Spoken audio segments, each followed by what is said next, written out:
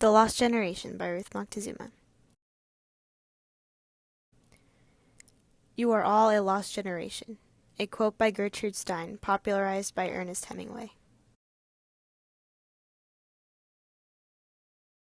The Lost Generation referred to the young people who came of age between World War I and the Great Depression.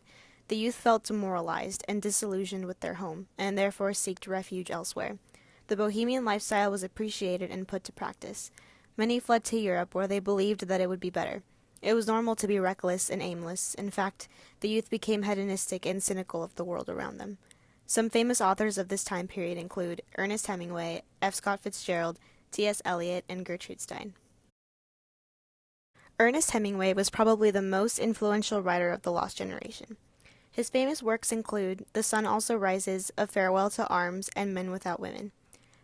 He became an ambulance driver in Italy during World War I. He also worked in the Italian front lines in the war. At the age of 18, he received a Silver Medal of Bravery. Hemingway moved to Paris, where he found better opportunities and creative freedom. He also won the Nobel Prize.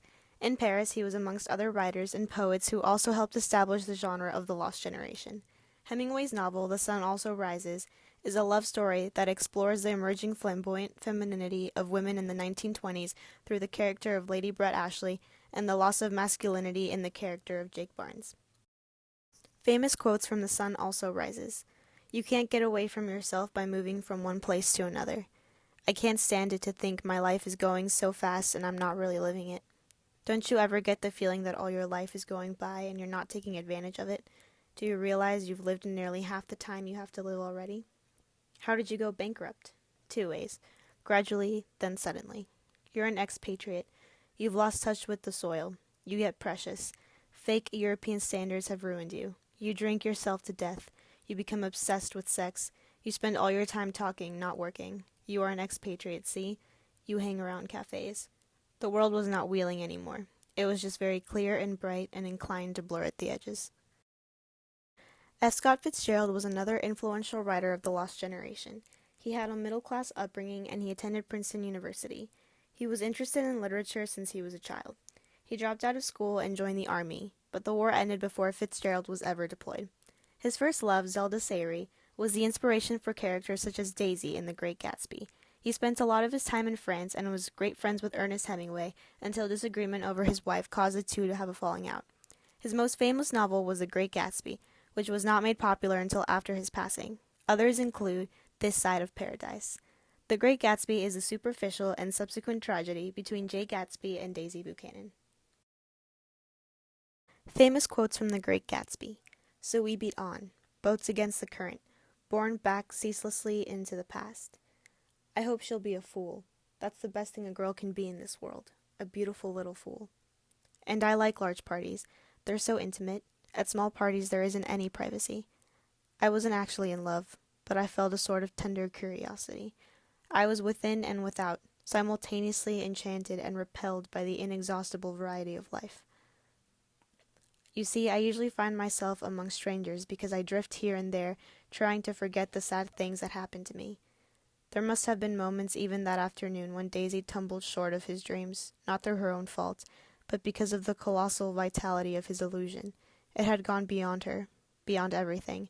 He had thrown himself into it with a creative passion, adding to it all the time, decking it out with every bright feather that drifted his way. No amount of fire or freshness can challenge what a man will store up in his ghostly heart. Literary connection. The Great Gatsby and The Sun Also Rises both portrayed the lost generation with their use of complex, pleasure-seeking characters that were never emotionally fulfilled.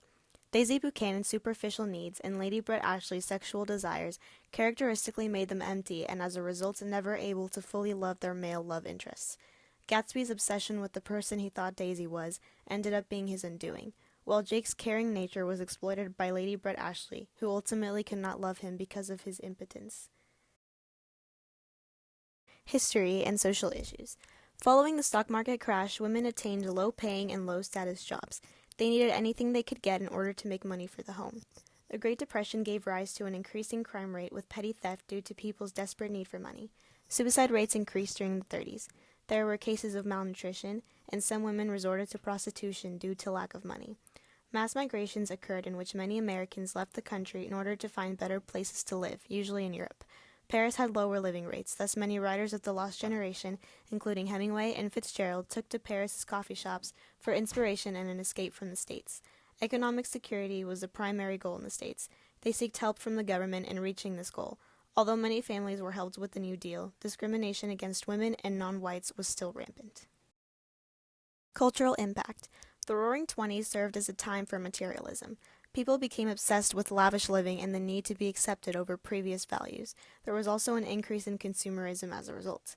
Women saw a sexual freedom in the 20s with their bob haircuts and favoritism of lanky boyish frames. Although they had freedom in the 30s, mothers went back to work.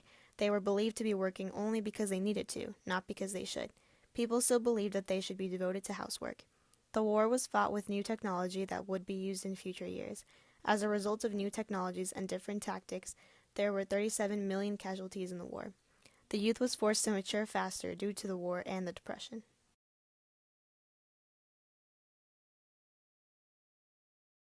Psychological issues.